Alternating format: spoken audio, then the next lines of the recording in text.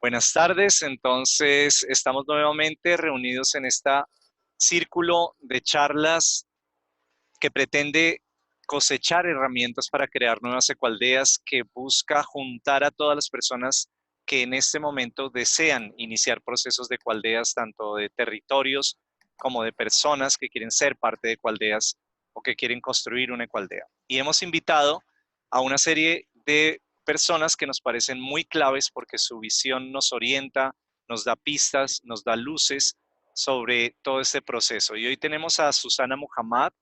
Susana estudió sostenibilidad en una ecoaldea en Sudáfrica Mm. y la conocimos desde ese momento hace ya cerca de 15 años más o menos, o un poquito más.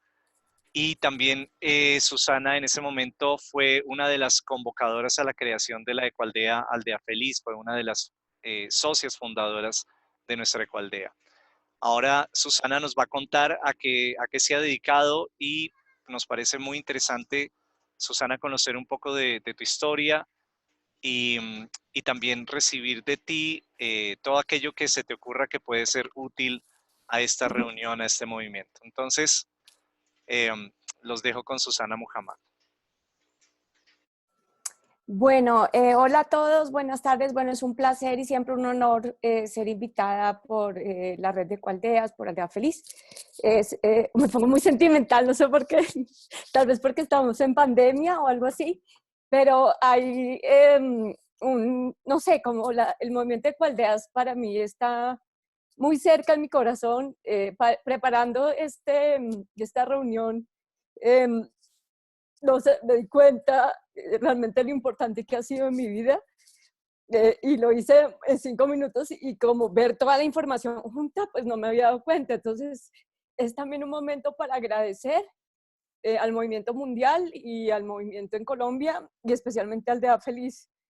Mm, Precisamente empecé con esa pregunta: ¿qué ha significado el movimiento de Ecoaldeas en mi vida? Y creo que a partir de esa pregunta pude decantar algo sobre el rol que el impacto que ha tenido ese movimiento en mí, y eso como me ha ayudado también a tener un impacto en otros, pero también como a darles algunas pistas de lo que significa ese impacto para el futuro de la humanidad, para lo que está pasando en el mundo. Y sobre todo, como a veces las ecoaldeas en las que yo he estado, siempre hay como una lucha por el propósito. Es casi como una pregunta constante en los procesos de ecoaldeas en los que he podido participar, y un poco una duda, y quiero también referenciar por qué tal vez esa duda, desde mi interpretación, está en el movimiento, y algunas pistas de algunas de las roles que las ecoaldeas juegan y pueden seguir jugando, y más en estos tiempos en los que estamos.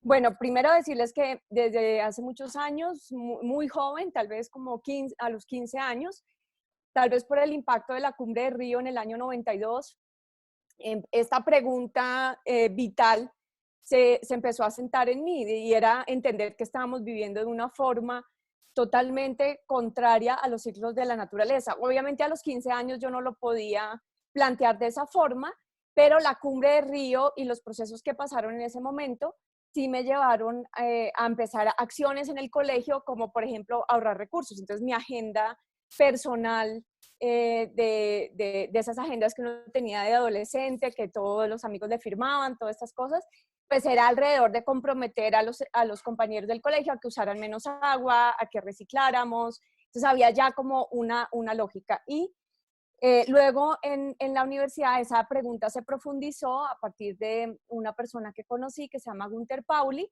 que tiene esta lógica de que no es como, no, como que cuestionaba todo el paradigma de desarrollo, y para mí eso tuvo un impacto profundo.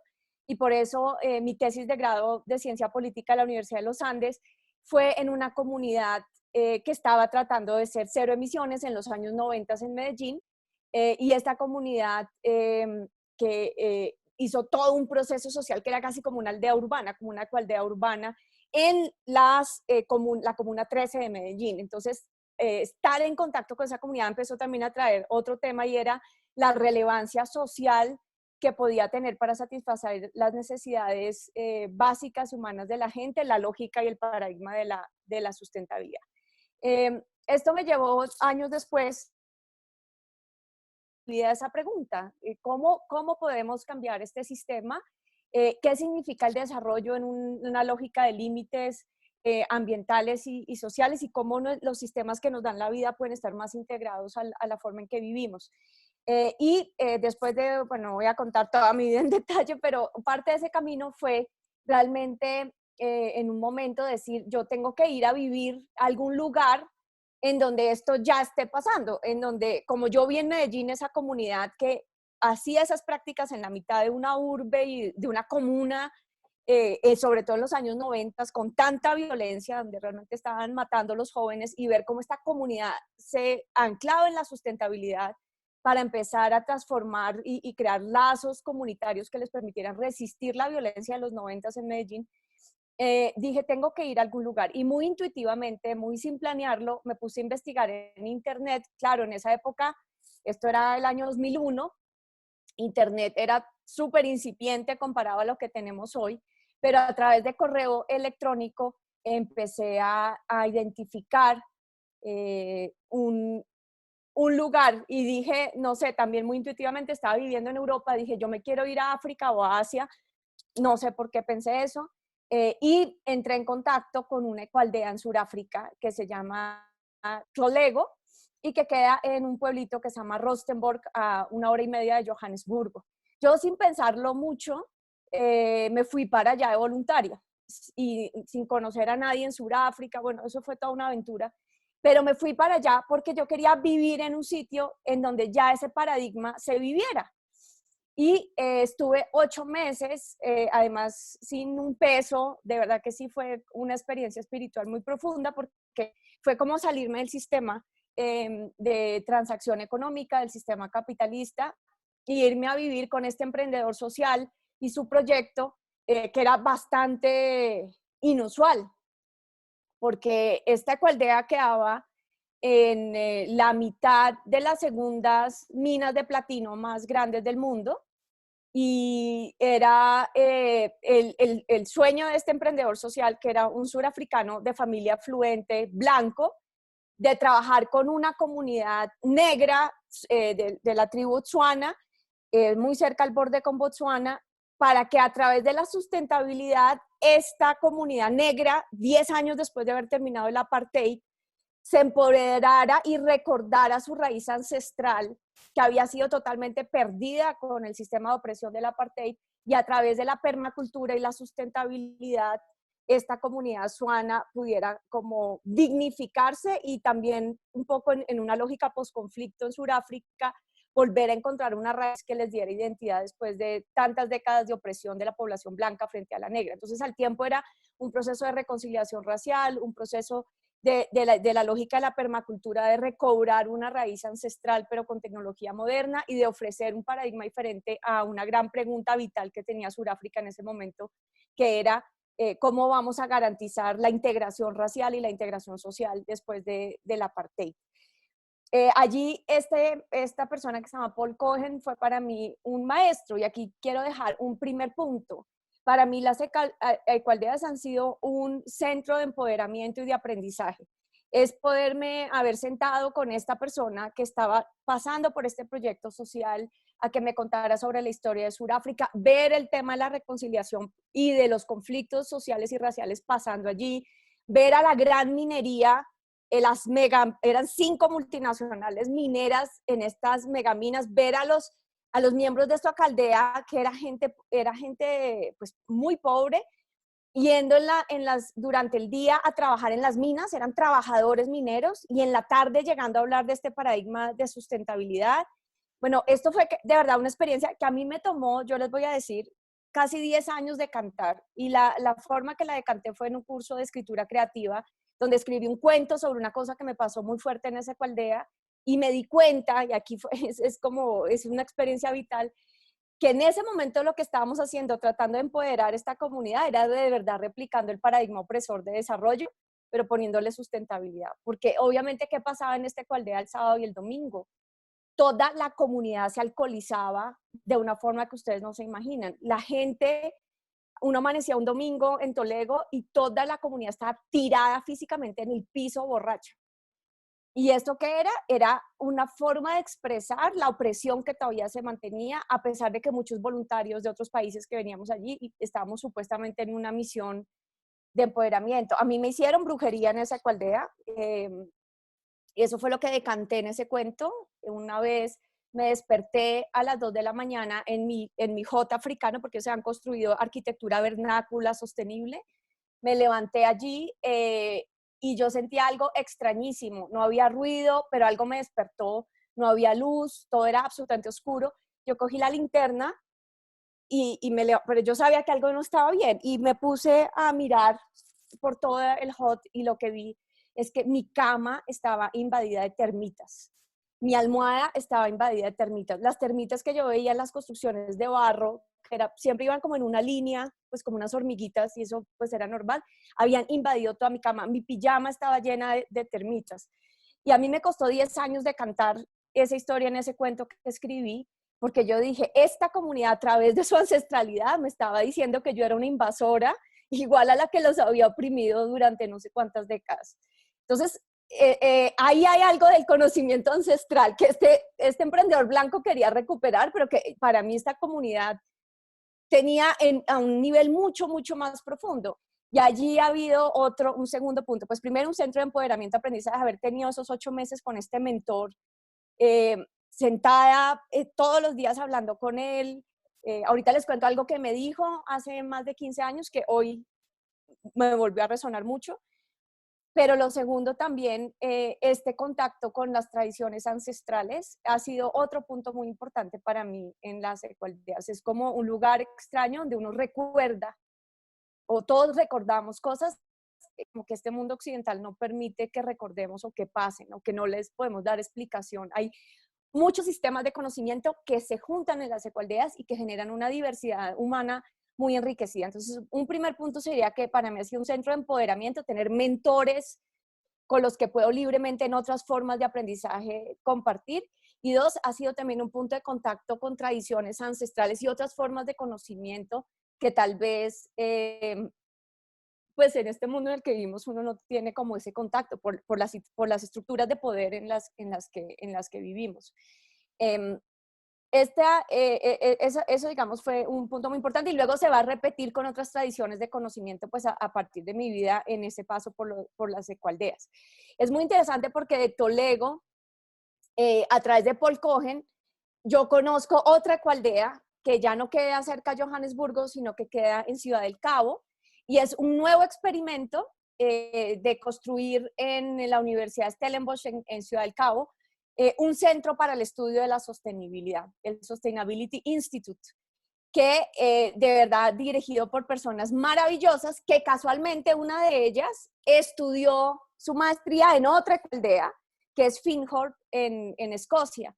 Entonces, si ven que hay toda una tradición de conocimiento, de estructuras de aprendizaje, y a mí me llamó mucho la atención hacer mi maestría en el Sustainability Institute, porque yo decía, si yo quiero aprender, mi pregunta siempre estaba atada al desarrollo y a las formas como este paradigma del desarrollo nos están llevando a acabar con la naturaleza, que es lo que nos da la vida, y eso para mí era una gran contradicción, pero a la vez venimos de países con hambre, con desigualdades, y para mí la pregunta era cómo la sustentabilidad iba a ayudar a eso. Entonces yo dije, no, yo que me voy a ir a estudiar por allá a una universidad gringa o de esas la maestría, yo quiero estudiar en un país como este, que es muy parecido a Colombia. En ese momento nosotros estábamos del 2003 en un punto súper álgido del conflicto armado y Sudáfrica en cambio estaba en una fase de posconflicto. Yo dije, yo quiero ir a estudiar mi maestría allá. Y entonces Sustainability Institute es la segunda ecoaldea a la que yo llego. Miren que entonces es muy interesante este modelo porque este centro de aprendizaje y de empoderamiento ya no es a través de un sistema como el de mentores, que pasa informalmente, no es que esté así diseñado, pero una ecoaldea uno empieza a tener referentes y mentores que le enseñan de cosas de la vida, de cosas de la sostenibilidad. El Sustainability Institute sí se inscribió en el sistema formal de educación de Sudáfrica, o sea, tú allá recibes un título de maestría avalado por una universidad muy importante, que es la Universidad de Stellenbosch, una mega universidad tradicional, y el Sustainability Institute es un instituto de esa universidad, pero un instituto que funciona como una ecoaldea y donde hay la punta vital de Sustainability Institute es cómo vamos a ayudar a reconciliar a Sudáfrica y cómo vamos a vivir juntos en un paradigma de sustentabilidad para que haya equidad para todos. Entonces, la ecoaldea del Sustainability Institute es una ecoaldea física, pero es un experimento en donde viene gente de la clase media surafricana a vivir con la gente, digamos, con menos recursos de la sociedad en una ecoaldea colectiva y donde el instituto, el objeto de investigación del instituto es la misma ecoaldea. Se responde preguntas como, ¿cómo vamos a entregar casas de precios diferentes, pero utilizando técnicas de construcción sostenible, pero cómo generamos una casa social a la que pueda acceder la gente, pero cómo convivimos también con personas de ingresos medios. Esta además era una ecoaldea periurbana, que en un suburbio, entonces es muy conectada a la ciudad, no era como alejada, la ruralidad, era ecoaldea periurbana, en donde en la mitad está el instituto, pero la gente se hace socia de la ecoaldea y es gente de todos los niveles socioeconómicos y la ecoaldea tiene que resolver cómo pueden vivir juntos, gente de estratos medios de la sociedad con gente de niveles básicos de la sociedad y cómo construyen comunidad y cómo construyen modelos que puedan ser ejemplo de réplica en lo urbano, en la ciudad de Ciudad del Cabo, que es una de las ciudades más desiguales. Bueno, Ciudad del Cabo fue una de las ciudades que empezó a vivir fuertemente la emergencia climática con el desabastecimiento masivo de agua y ya el Sustainability Institute en el 2003 hacía recirculación total del agua, tratamiento del agua, bueno, toda la lógica de lo que sería construir una ciudad del futuro a partir de un modelo chiquito que a la vez era un instituto de aprendizaje. Entonces fue una experiencia maravillosa porque vivíamos en la ecoaldea mientras estudiábamos, teníamos nuestras clases y este instituto trajo algo que vuelvo a repetir, es parte de lo que es fuertísimo en las ecoaldeas, que trajo explícitamente la espiritualidad. Y no era un tabú, sino que la espiritualidad, o sea, era parte del currículum, no como que te iban a enseñar algo de espiritualidad, sino la forma en que se conducía el programa académico, la espiritualidad era parte porque tenía que ser como una relación y desde diferentes tradiciones. Sudáfrica es un país que tiene 11 lenguas oficiales, muchísimas culturas, entonces también era un reto de convivencia intercultural y los estudiantes, el perfil de los estudiantes que estábamos allí, había de todos, desde gerentes de responsabilidad social corporativa de mega empresas en Sudáfrica hasta, por ejemplo, un policía, un líder comunitario, todos estábamos tomando la maestría juntos. Entonces, las clases y convivir en esta ecoaldea era muy interesante. Para mí, a veces yo tengo este sueño cuando estoy en problemas, digo, uy, yo me quiero ir como un mes al Sustainability Institute a reflexionar, porque es como otro espacio. Entonces, centros de empoderamiento y aprendizaje, pero miren cómo esta ecoaldea formalizó ese aprendizaje en el sistema educativo y eso hay una maestría experimental, pero que le genera respuestas a la sociedad, tiene un rol social en las ciudades de Ciudad del Cabo muy importante. De forma muy interesante, como por las ecoaldeas pasa mucha gente, se conectan redes y creo que esa es una tercera función que ha tenido las ecoaldeas en mi vida y es que me ha unido a redes multinacionales y multiculturales. Miren lo chistoso, este mentor mío de Toledo un día me dijo, oye, hace un año pasó por aquí una colombiana, y pues un colombiano en Sudáfrica es algo bastante exótico. Entonces a él pues no se le olvidaba que otra colombiana había pasado por ahí. Me dijo, te voy a poner en contacto, una mujer muy activa, y pues esta mujer era Ana María Aristizábal. Entonces yo conocí a Ana María porque un año antes ella había pisado Toledo, y este emprendedor me puso en contacto por correo con ella, y ella estaba por allá estudiando, sí, estudiando creo en Estados Unidos, y yo me contacté por ella por correo y empezamos a conversar. Y ahí, pues estamos hablando del año por ahí 2002, 2003, entonces tampoco había toda esta comunicación que tenemos hoy, era como cartas por correo. Pero Ana María fue el contacto clave para años después, cuando yo decidí volver a Colombia casi 7, 8 años después, que nos mantuvimos en contacto por correo y una vez que fui a Estados Unidos la conocí, ella dijera, estamos haciendo un proyecto de ecoaldea en Colombia y yo estaba pensando regresar a Colombia y yo dije, no, pues esto es maravilloso y pues obviamente 8 años después dije, yo regreso a Colombia, yo voy a ser parte de ese proyecto. Para mí era clarísimo el valor que esto ya había tenido en mi vida. Entonces, son redes de centros de empoderamiento aprendizaje, que puede ser formal o no formal.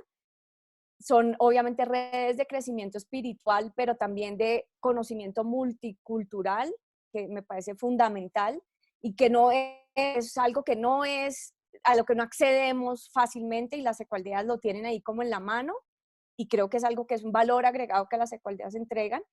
Y tercero, generan redes para el cambio, para el activismo, para el cambio, como por ejemplo esta red que hice con Ana María. Pero también me parece que las ecualidades ofrecen un espacio físico para incubar nuevas ideas. Y yo creo que eso también es otra característica que podrían aprovechar, o que podrían, un atributo que se genera. Cuando obviamente yo fui parte de Aldea Feliz y fui parte de los primeros para convocar eso, y aportamos y todo eso. Y fui parte de esa comunidad que para mí todavía siempre es como un referente, es como una casa que es una casa mental. Todas estas ecualidades para mí son una casa mental, son como una casa espiritual. Es un soporte como que hay en el background de todo lo que hago sin que sea muy explícito. Allí en Aldea Feliz pasaron cosas muy importantes en mi vida. Una fue que cuando llegamos con Pablo, mi esposo, y queríamos hacer emprendimiento social, el espacio físico que contuvo la incubación de un emprendimiento que hicimos fue Aldea Feliz, eh, que se llamó La Arenera. Entonces, nuestro taller, como de uno cuando va a concebir algo, pues lo concibe en un sitio especial, ¿no? Entonces, esta idea la concebimos por fuera, pero fuimos a materializar nuestro primer taller de conceptualización de este emprendimiento social en Aldea Feliz. Y eso generó un espacio, yo tengo las fotos, y una red de emprendedores sociales en el año 2009 y 2010, una red de emprendedores sociales brutal que tuvo un impacto en Bogotá muy importante, y que generó otro emprendimiento que se llama hoy el Hub y que sigue ahí. Pero esa red, el espacio físico de la ecualdea, es lo que permite que se conecte como a otro nivel el desarrollo de las ideas. Porque ese espacio físico tiene una belleza. Generalmente las ecualdeas, por su lógica arquitectónica, por la arquitectura bioclimática, generan una estética y una belleza, y incubar ideas allí es muy, muy importante. La arenera la incubamos allí en Aldea Feliz, y años después, como 2 años y medio después, el hub, que es la materialización física de la arenera, la incubamos en otra ecualdea que se llama Barzana, una ecualdea totalmente diferente, que es de los Krishna, y que tiene pues un componente espiritual muy profundo, pero el hub nace en Barzana, que es otra de las ecualdeas. Entonces creo que ese espacio físico, las ecualdeas pueden ayudarle mucho a la sociedad a que allí se incuben como nuevas ideas y nuevas posibilidades. Y otro punto súper importante, y con esto termino, bueno, no con eso termino esta parte y voy a la otra para ya terminar y que entremos más en diálogo, es el tema espiritual. Y entonces cuando yo me fui a casar con Pablo, yo dije, no, pues ¿dónde me voy a casar? Pues en Aldea Feliz. Y eso para mí fue un evento maravilloso en mi vida, porque no solo fue el espacio físico, la maloca, inventarnos un ritual, que no lo inventamos porque tenía que nacer de nosotros, sino como Aldea, que era la Aldea Feliz, que es como esta comunidad, se puso como al servicio de ese matrimonio. O sea, para mí eso es como un agradecimiento que yo le tengo a la aldea, porque no es el tema de organizar la cosa y la ceremonia y eso, sino como el contenedor espiritual y la belleza del servicio para esa unión, pues que todavía, no sé, ya fue en el año 2011, me parece, pues que me casé con Pablo, pues ya me había casado espiritualmente hace tiempo, pero digamos que materializamos eso con nuestras familias y nuestros amigos, y eso para mí también es muy significativo, ese evento, porque no pudo, o sea, fue irreemplazable. Es más, la persona que nos casó también hacía parte de ese tema de emprendimiento social. Él murió el año pasado, y todo eso hace parte como de una historia, casi que yo lo siento en mi mente, en mi espíritu, como una historia mítica que está ahí, un poco trascendente a lo que podría como expresar con palabras.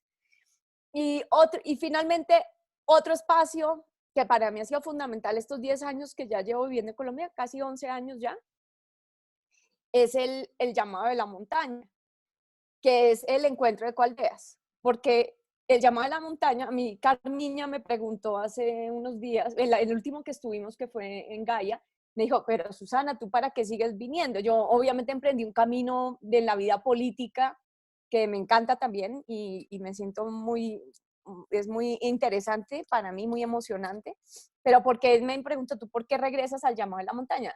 Entonces yo le dije, la verdad me puse a pensar y dije, porque lo que se vive en el llamado de la montaña me parece que es como va a vivir la sociedad en unas décadas. O sea, esa convivencia de 7 días, 10 días, como vivimos allí, es como vamos a terminar viviendo. Para mí siempre es como un salto al futuro. Entonces, cada vez que yo voy al llamado de la montaña, aprendo un montón de cosas y yo digo, nos tenemos que preparar es para esto, porque así es que vamos a terminar viviendo. Y miren que hoy esta pandemia nos está demostrando que la misma naturaleza nos va a poner un límite. Nosotros no podemos seguir en el paradigma de que no hay límites, que es el paradigma de esta sociedad. No hay límites físicos, no hay límites del tiempo. Tomas un avión y estás en 12 horas en otro continente. Nosotros borramos los límites espacio-tiempo y la naturaleza nos va a volver a confinar, nos va a volver a poner límites espacio-tiempo y va a volver a ser muy importante la comunidad pequeña y va a volver a ser muy importante, pero la comunidad pequeña con una conciencia universal. Y eso es lo que me parece que se vive en el llamado de la montaña. Y cuando yo veo a los ecualdeanos, que son como, no los puedo escribir, yo cuando le cuento a la gente que vive en la ciudad cuando regreso del llamado a la montaña, pues no sé ni cómo explicarles. Digo, es que esta gente es como de otro tiempo, porque esta gente no es una gente indígena ancestral que pues ha tratado de mantener su cultura, es una gente de esta contemporánea, pero que está ya en el futuro, porque así es como vamos a vivir vamos a vivir con las restricciones materiales y físicas de un planeta totalmente cambiante. Entonces, quisiera decirles que esa preparación, y creo que con esto termino, las ecualdeas hoy son una preparación de la humanidad para la emergencia climática. Son el lugar para ganar las capacidades de lo que el desastre, de cómo enfrentar el desastre inevitable y lo que va a significar una resiliencia y unas capacidades y unos conocimientos para reconstruir una cultura humana que va a ser otra cultura humana, porque ya no vamos a tener la lógica, el paradigma de lo ilimitado, sino que vamos a estar muy constreñidos y va a necesitar. Este virus nos está poniendo un reto inmenso porque nos quita algo que es del corazón de los humanos como especie, y es nuestra necesidad de estar juntos y de poder acercarnos, porque si no somos muy indefensos, y este virus nos está quitando eso y también nos está generando unos lugares de aislamiento. Entonces, como la comunidad pequeña, pero con una concepción universal, va a emerger. Yo dejaría. Bueno, Susana, nos encanta escucharte, nos encanta escuchar tu corazón, hablar a través de esta pantalla, de sentirte tan presente, sentirte tan cercana. Tú también has sido una inspiración para nosotros. Ver la labor que tú haces en la ciudad nos inspira mucho. Saber que estamos conectados, que tenemos una ecoaldeana infiltrada en las esferas del gobierno, nos parece genial. Y quisiera preguntarte un poquito sobre eso, sobre esa experiencia tuya, ahora metida en la política, metida en esta sociedad que muchas veces nosotros nos hemos negado a recrear, pero que es también necesario reinventar. Cuéntanos un poquito cómo es tu proceso allí, cómo es tu proceso en tu trabajo para reinventar la sociedad y cómo ves ahora qué van a ser los próximos años a partir de todo esto que está sucediendo.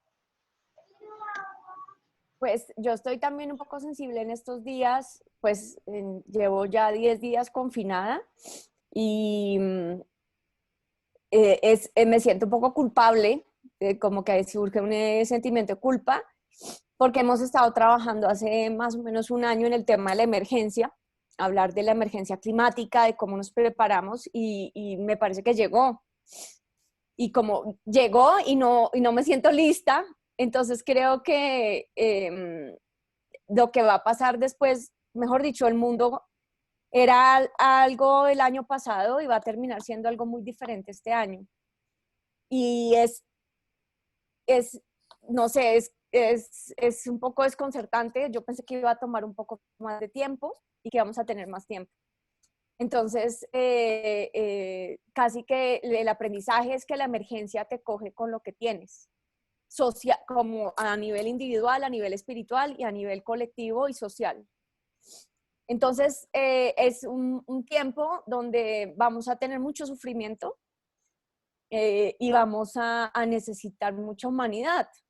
Eh, y se queda corto absolutamente los sistemas políticos y los sistemas sociales para lo que vamos a empezar a enfrentar, que son crisis concatenadas y emergencias concatenadas que van a poner al límite de la resiliencia de las sociedades.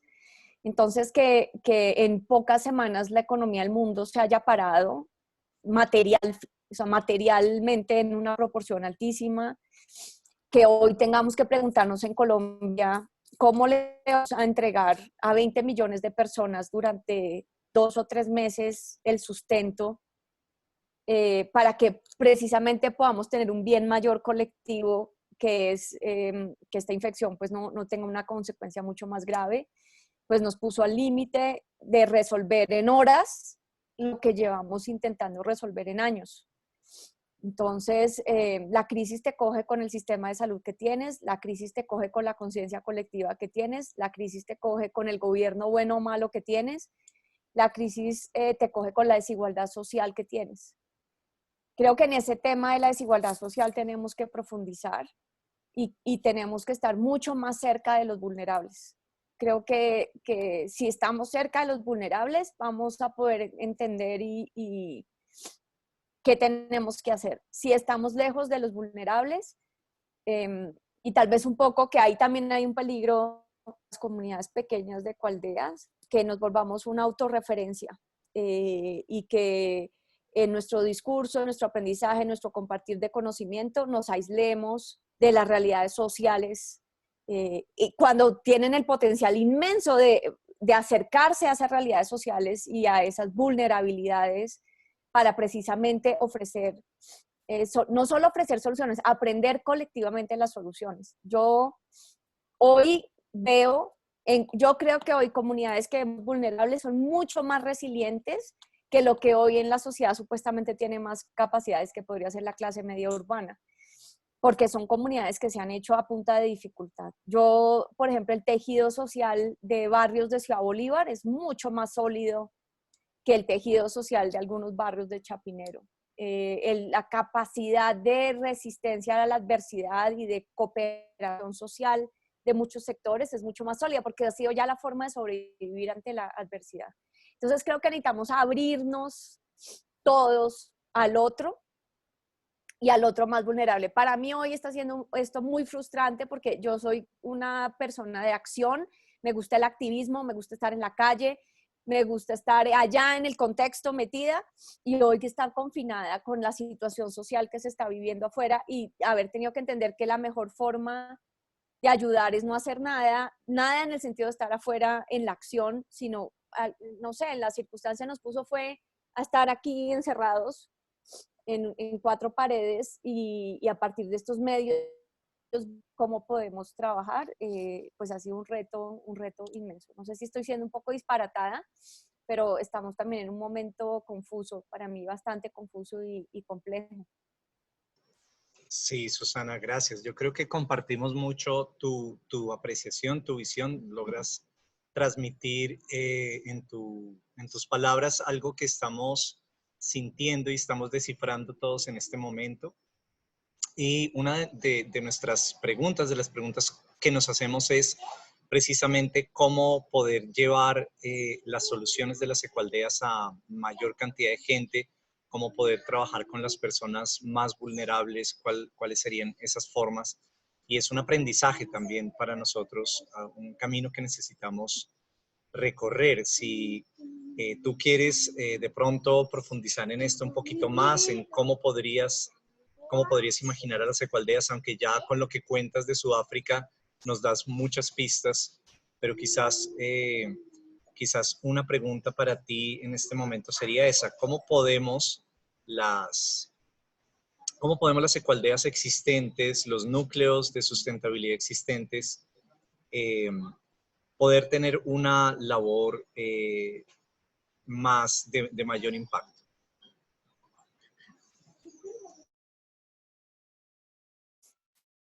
¿Me escuchan? Se fue un poquito el sonido.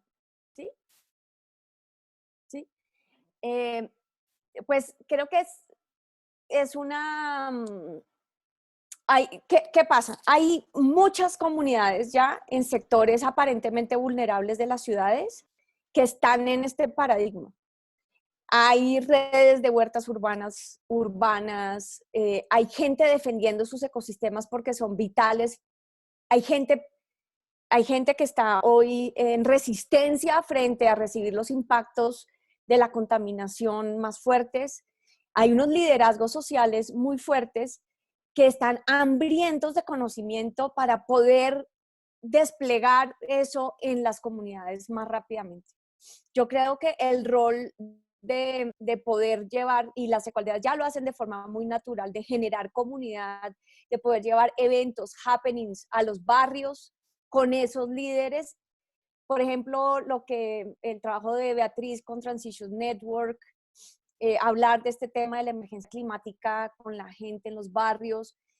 Las estructuras sociales están allí y es como articular para transmitirnos mutuamente conocimiento. Creo que una advertencia sí es no pensar que tenemos un conocimiento superior ni inferior, sino que hay conocimientos que necesitamos intercambiarnos, porque, y aquí quiero presentar algo que de pronto puede ayudar, que para mí ayudó mucho. Esperen, voy a compartirles la pantalla.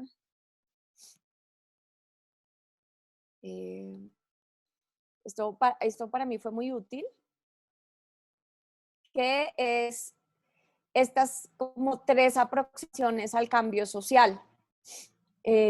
Una es las personas, por ejemplo, en ese caso como yo, que estamos buscando cambiar las instituciones dominantes.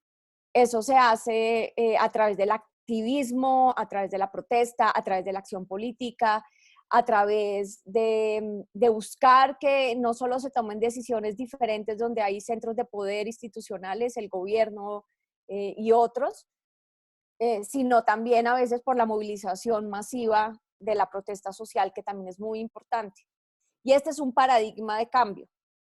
Hay otro que viene desde la transformación personal, y es más el paradigma de cambio que dice, bueno, si cada persona cambia y se transforma, pues la sociedad se va a transformar. Aquí juega un rol importante las iglesias, las prácticas espirituales y sociales, por ejemplo, el vegetarianismo podría ser parte de este paradigma de transformación personal. Y hay otro que crea instituciones alternativas, que básicamente es que se salen del sistema para buscar crear algo nuevo. Y esto, entonces, las primeras, las instituciones dominantes, generalmente logran tener mucho poder y alcance, pero el nivel de resistencia al cambio es mucho más alto. Los de transformación personal tienen un ámbito de cambio, pero no necesariamente logran, porque no es su propósito tocar a las instituciones dominantes, o toma mucho tiempo porque son cambios culturales de largo plazo.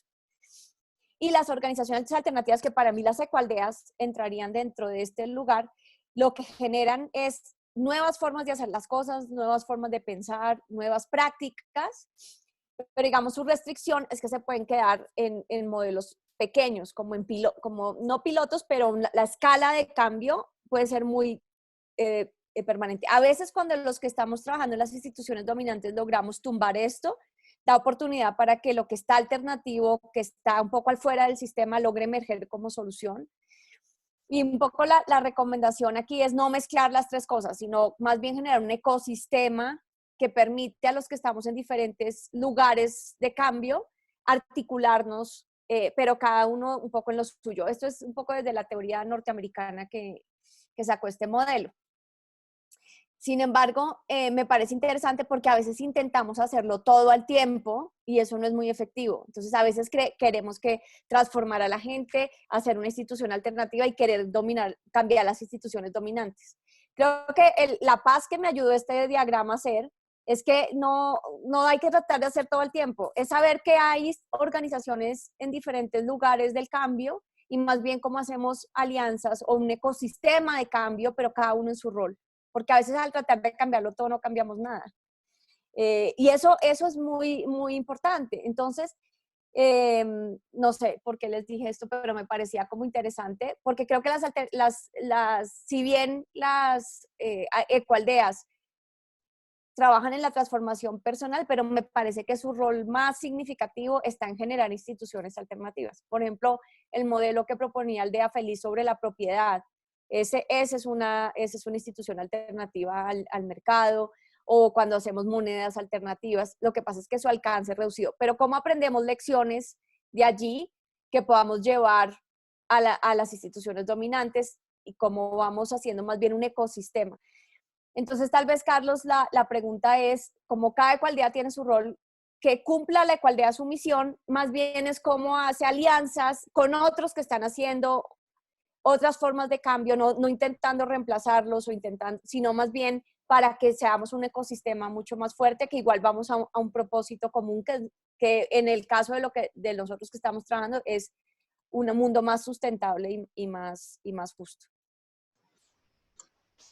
Muy bien, Susana, muchas gracias. Crear un ecosistema de organizaciones, cada cual haciendo lo mejor que podemos y sabemos hacer y complementándonos entre nosotros, dándonos fuerza y poder. En este momento en el chat hay muchas personas que dicen, bueno, yo soy psicólogo, ¿en qué puedo ayudar? Yo quiero hacer una ecoaldea en este lugar, en este otro. Los queremos invitar a que en este chat pongan ese ofrecimiento tanto de su disposición de ser parte de una ecoaldea, de iniciar un proceso, de aprender más, como las personas que ya están poniendo en el chat también que tengo un terreno, que quiero iniciar un proceso de ecoaldea o de ecobarrio también. Hay una persona aquí, Bruno, por ejemplo, en Ecuador, está interesado en el tema de los ecobarrios. Hay personas en Barranquilla, en Cartagena, interesados en iniciar un proyecto de ecoaldea. Entonces les voy a pedir que pongan en el chat su nombre y su teléfono, su WhatsApp. Vamos a hacer una lista de comunicación generando un encuentro entre todas las personas que quieren, que están dispuestas en este momento a iniciar procesos de incubación de ecoaldeas y vamos a conectarnos todos. Entonces, eso vamos a hacer a través del chat en este momento. Quiero agradecerles, ya están escribiéndonos Lorena, César, muchas gracias por escribir. Desde donde estén pueden vincularse. También hay una oferta, por ejemplo, en México que vamos a poner en nuestro plano. Va a ser un plano de ofertas que han surgido y que van a surgir de ecoaldeas en toda Latinoamérica. Esto hablamos desde Colombia, pero vamos a estar conectados con ecoaldeanos de toda Latinoamérica durante estos meses, de aquí hasta julio. Y bueno, en este momento nos quedan unos minutos. Si quieren hacerle alguna pregunta específica a Susana, por favor escríbanla en el chat. Juan Carlos Campos, que levantas la mano, escríbenos a través del chat y vamos a transferirle la pregunta a Susana.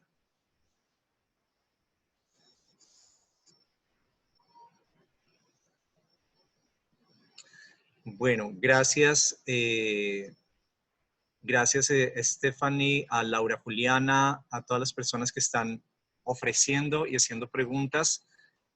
Hay una pregunta acá para Susana. Entonces, dice, ¿dónde puedo encontrar más información sobre este acercamiento al cambio social? Si hay alguien que trabaje más en esto, ¿dónde hay más información sobre estos temas de cambio social? Te pregunto. Este es un movimiento que se llama Momentum en los Estados Unidos. Les voy a escribir aquí, Momentum Institute. Es un instituto que busca a partir de una tesis social que han hecho varios académicos de los Estados Unidos con activistas, ver cómo se hacen movimientos de masa crítica para cambiar instituciones dominantes y el rol de la protesta social en la tradición de la no violencia. Camila Reyes, que también es una persona cercana al Aldea Feliz, y yo tuvimos la oportunidad de ir a tomar el entrenamiento en Estados Unidos y de verdad es bastante, para mí fue bastante revelador, me dio muchísimo para meterme al activismo social, a la calle, a la protesta, que ha sido muy interesante. Por eso estoy aquí como agarrada así de los pelos de estar encerrada, algo tendré que estar aprendiendo de este encierro. Pero bueno, la referencia sería Momentum Institute y cómo crear momentum es cómo crear movimientos sociales de masa para transformar instituciones dominantes. Y les voy a poner también unas referencias a un libro, que es el libro base de la teoría sobre la que ellos trabajan, que podría ayudarles. Mientras, si quieres, vamos avanzando en otra pregunta y mientras yo voy buscando la referencia. Se las pongo en el chat. Gracias, Susana. Sí, hay una pregunta aquí muy pertinente para ti. Te pregunta Natalia, ¿qué procesos hay en Bogotá que tienen esta perspectiva de cambio hacia la sustentabilidad con los que podamos ponernos en contacto y participar activamente? ¿Qué procesos hay en Bogotá? Bueno, hay, digamos, movimiento en Bogotá, creo que hay toda la red de permacultura y la red de huertas urbanas, que es muy poderoso en el sentido de la seguridad alimentaria. Hace poco hubo un encuentro distrital de esa red, trabajando con el gobierno. Creo que esa es una red que puede ser muy interesante. Todo lo otro es la red de defensa de los humedales de Bogotá, que son los que de verdad conocemos la palabra humedal gracias al activismo social de las comunidades que viven cerca de los humedales. Hace más o menos desde los años 90, casi ya más de 25 años, ellos han venido defendiendo los humedales de la ciudad y creo que es una red de activistas y de ciudadanos que ya tiene 3 generaciones, casi que los hijos de los hijos ya son hoy los que defienden los humedales. Es una historia muy bonita.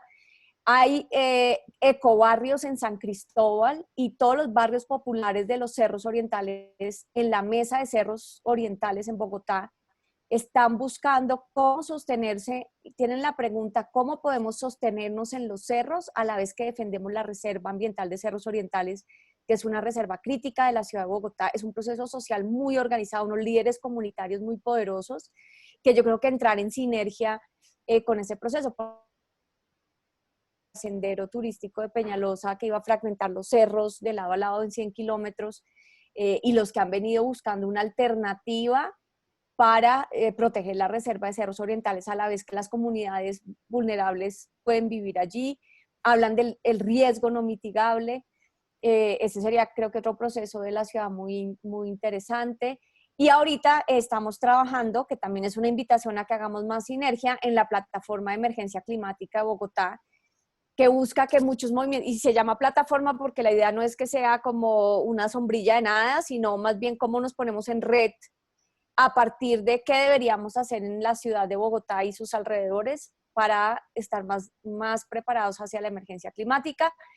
Y pues tenemos trabajo pedagógico, trabajo de activismo y trabajo también de transformación, de propuestas hacia el gobierno de transformación. Entonces la plataforma de la emergencia climática también puede ser muy interesante porque ahí yo he venido, lo que pasa es que he llamado a Denise y luego a Beatriz y después siempre se me olvida y bueno, es un poco la locura del día a día.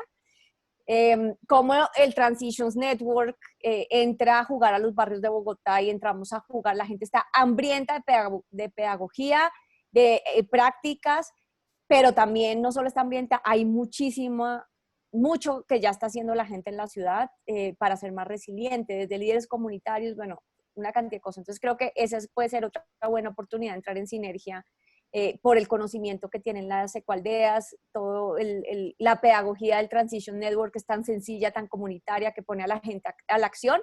Creo que es algo donde podríamos hacer un trabajo conjunto muy chévere.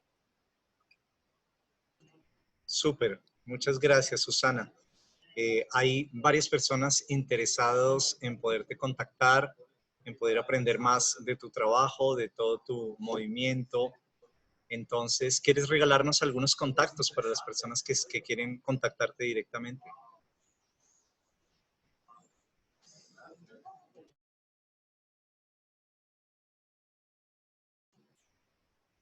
Susana, ¿me escuchaste? Sí, acaba de poner el correo en el Estoy, chat, sí. susana.muhammad@gmail.com. Ajá. Perfecto, muchas gracias, Susana. Bueno, para terminar de aprovechar tu presencia acá, que es un gran gusto, Susana, tenerte hablándole a la comunidad de las Ecualdeas. Vamos a terminar con una preguntita más del público que tiene bastantes preguntas. Entonces, a ver, ¿cuál de estas escogemos? Son todas, hay un montón de preguntas que están muy interesantes. A ver, tomemos la pregunta de David Rivera, que es uno de nuestros invitados también especiales a una próxima conferencia. Y él nos pregunta, ¿qué de las experiencias ya de vida en las ecualdeas debemos incluir como estrategia de transición en la política de ruralidad? Si tienes como algo que decir al respecto. Ya, un segundito. Interesante, sí, hay estadísticas. Ya. Es que tengo un montón de ventanas abiertas en este computador y de pronto se me pierden y no los encuentro. Bueno, creo que el tema de la ruralidad, allí hay un cambio cultural muy profundo que está pasando. Las comunidades rurales en Colombia se están envejeciendo y no hay un reemplazo generacional porque pues muchos de las nuevas generaciones se van a vivir a las ciudades.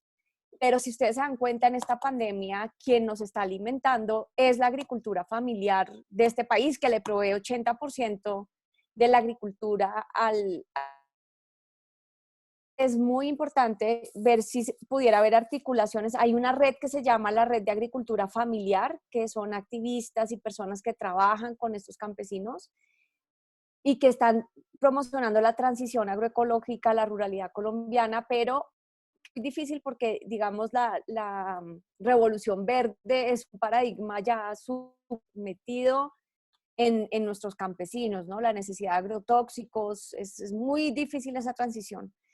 Pero ustedes mismos tienen las claves. Por ejemplo, ahorita que estuve en Gaia, cerca de Villa de Leyva, pues vi cómo Gaia está trabajando con sus vecinos en el cambio agroecológico. Entonces, aunarse a estos esfuerzos y a estas redes como centros de aprendizaje y ver cómo podríamos trabajar con los emprendedores y campesinos de una generación más joven, me parecería que sería un aporte muy interesante.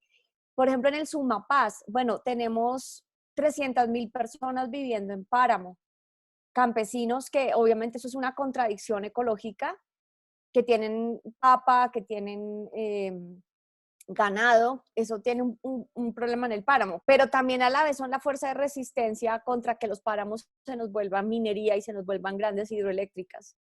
Entonces, claro, sí, hay gente que dice, no, saquen a los campesinos del páramo que están afectando el páramo, y uno dice, no, se van los campesinos y ¿quién va a entrar? Más bien es cómo trabajamos con esos campesinos. Ellos son muy reacios al tema de cambio de producción a lo agroecológico porque es imposible hacerlo a gran escala sin subsidios del gobierno.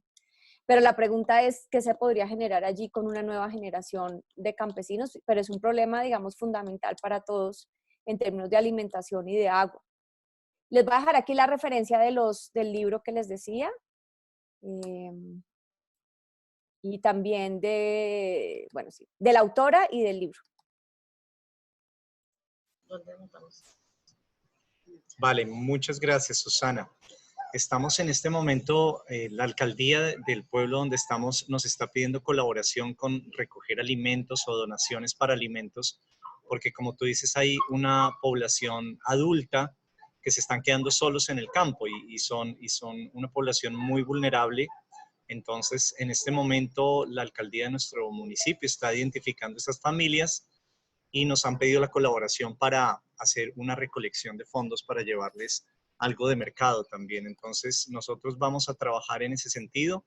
Si alguien quiere colaborar en este tipo de de acción, pues son muy bienvenidos, sobre todo las personas que están acá cerca de Bogotá o cerca de Aldea Feliz, están muy invitados a colaborar para que la Ecualdea sirva también como una organización que ayude a soportar el momento difícil que van a pasar muchas de las familias campesinas en estos días. Y bueno, tenemos en nuestro chat muchos ofrecimientos, está la gente de Proyecto Gaia muy activamente diciendo, bueno, Proyecto Gaia tenemos cupos para que más personas sean parte de nuestra Ecualdea, de nuestra comunidad.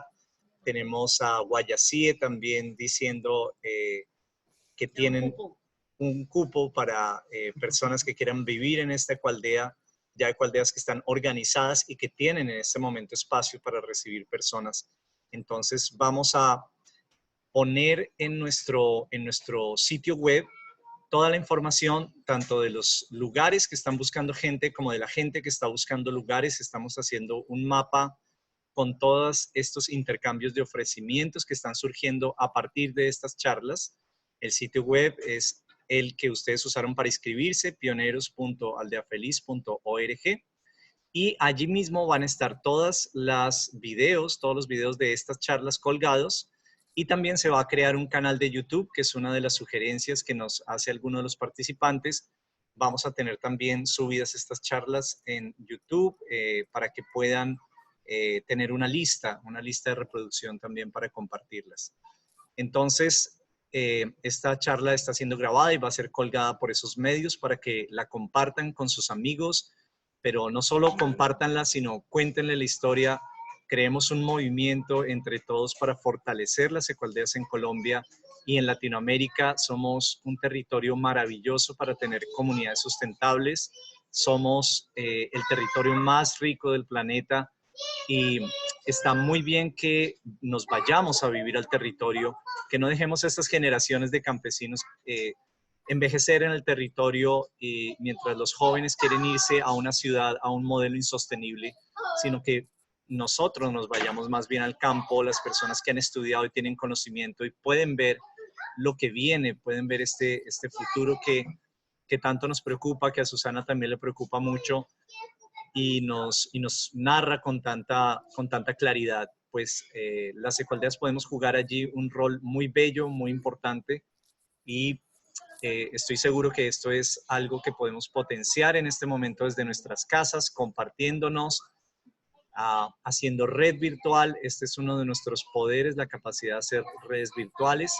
Entonces, gracias a todos por su compañía, por su asistencia. Gracias a todos los que están y han puesto a través del chat sus nombres. Esto va a quedar público en nuestra página web para que todos lo puedan ver y sigamos pudiendo hacer estas alianzas. Vuelvan a entrar a la página y vuelvan a conectarse con nosotros el próximo miércoles. Tenemos a Hernando Niño, que es un gran agricultor colombiano de origen campesino que nos ha logrado demostrar que todo este sueño de la agricultura orgánica es posible. Él ha montado más de 500 granjas orgánicas en Colombia y además es un gran sanador de plantas naturales que tiene todo para enseñarnos. Es un maestro muy inspirador.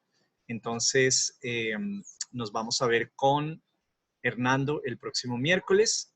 Mientras tanto, nosotros seguimos montando la información y ahora los voy a invitar a que abran sus micrófonos y sus cámaras para despedirnos todos y podernos ver y despedir. Y gracias, Susana. Gracias. Carlos,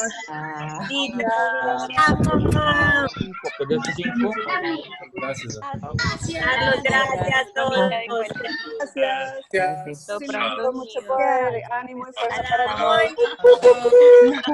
Nuevas humanidades y mejores. Por ello, todos juntos. Qué bien. Gracias, Susana. Muy Gracias. Déjame escuchar esto.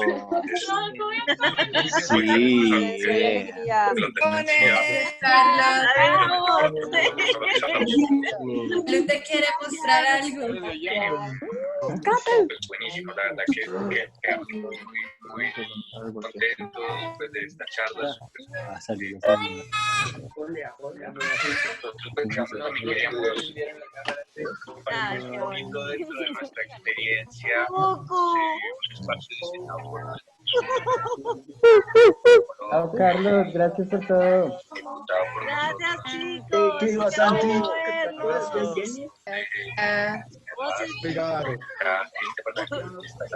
Qué lindo. Abrazos a la Casa Maíz, a Susana, a Pablo, mandale un abrazo a Pablo. Ver aplicaciones como si estuvieran en una sala todos hablando. Muito obrigado. Abrazos, Brasil. Gracias a Maíz, Gracias. Zoom y a Internet. Y a ustedes también de ver feliz. Chao. Abrazos, Bruno. Espero de verdad nos contacten. Esto es único. Gracias. Gracias, Fátima, Mónica. Gracias. Bueno, cuando quieras, En Gaia, terminar con un pedazo ahí. Ajá. Nos vemos pronto. en Guayamiro, algo así, el cupo para aldeanos. Esto está creciendo, varias ecoaldeanos están reportando en sus ecoaldeas. Hola. Ay, sí, aquí. Me está acabando. Ay, yo te ando besuqueando. Bueno. Está bien, mira, un amigo, mi asistente, ¿Cómo cargador y estás? todo. Mucho gusto. Bueno, ahora que nos tenemos que saludar así. Yo que soy de abrazo y todo. Pero no